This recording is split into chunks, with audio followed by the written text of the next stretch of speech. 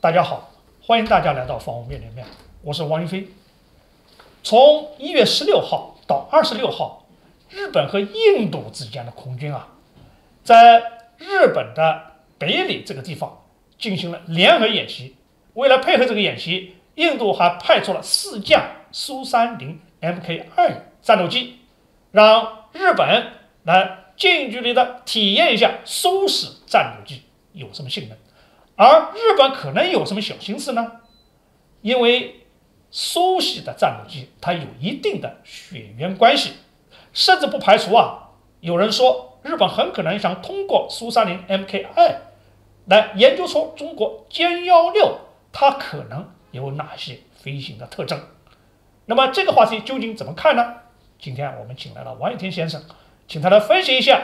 日本这么一个小心思有没有什么用。这个事儿说起来那就很复杂了。就是说当年我们中国和印度都向俄罗斯买了苏30系列，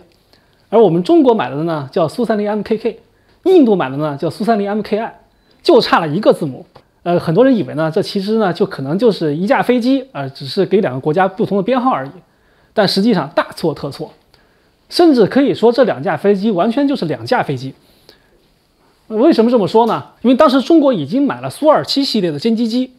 但是苏27系列的飞机有一个很大的问题，那就是它没法对地攻击，它只有空战能力，对地攻击只能是发射火箭弹和扔这种无指导的铁炸弹。那当时中国要发展这种战斗轰炸机的时候呢，又要去俄罗斯那边寻摸一番，有苏30系列的，听说用的不错。当时俄罗斯一开始拿给中国的是他们为下一代战斗机准备的那个机体，当时的叫老的苏35，不是现在这个苏35。当时那个老的苏35呢是带压翼的，3翼面的，带矢量推力的。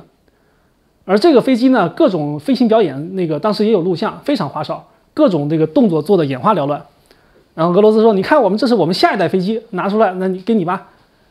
但是我们中国人多了一个心眼儿，想问问你们自己用了什么飞机？结果一问呢，就是他们自己用的苏30跟他们拿出来这个老的苏35不是一回事儿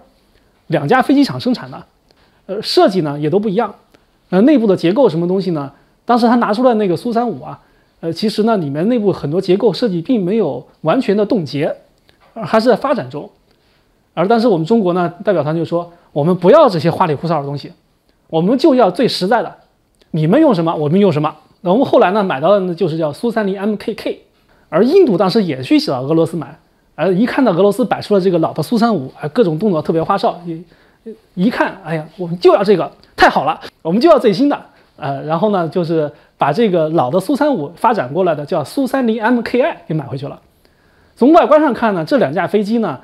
是差别很大，就是印度的这个苏30 MKI 它有压翼，是个3翼面的，同时它的发动机呢是那种矢量推力喷口的，可以上下偏转，它机动性呢按理来说呢是非常不错。而中国这边这个飞机呢看起来呢就敦实多了，没有压翼，也没有推力矢量，但是我们中国的这个飞机的结构比他们要好得多。我们这个飞机的翼下还有它的机身下面都可以挂载重型武器，它的这个机动过载能力也比它更强，所以说我们买的是一架真正的战斗轰炸机，而印度买的呢是一架很花哨的，表演各种花哨动作就很厉害，但是呢实战性能可能没这么好的一架飞机，这就是中国和印度两个国家当时的选择。那么现在日本想通过苏30 MKI 摸清中国这个苏30 MKK 的这个性能，有点缘木求鱼，更不用谈中国自己搞的歼16了。歼116跟它是更不一样的，从几个指标简单分析一下就知道了。比如说苏30 MKI， 它用的是 N001M 无源相控的雷达，说完全不一样的东西。想要通过说苏30 MKI 摸透这个歼116的话，就像您说的是缘木求鱼，刻舟求剑。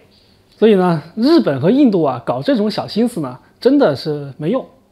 我们中国的战斗机已经发展出自己的体系了。歼16肯定是跟苏30 MKK 和苏30 MKI 有很大的发展的，所以日本这种老想拉着别的国家跟中国对抗的心思根本用不着。好，这个话题呢我们就聊到这儿，欢迎大家继续关注防务面对面，下一期我们再见。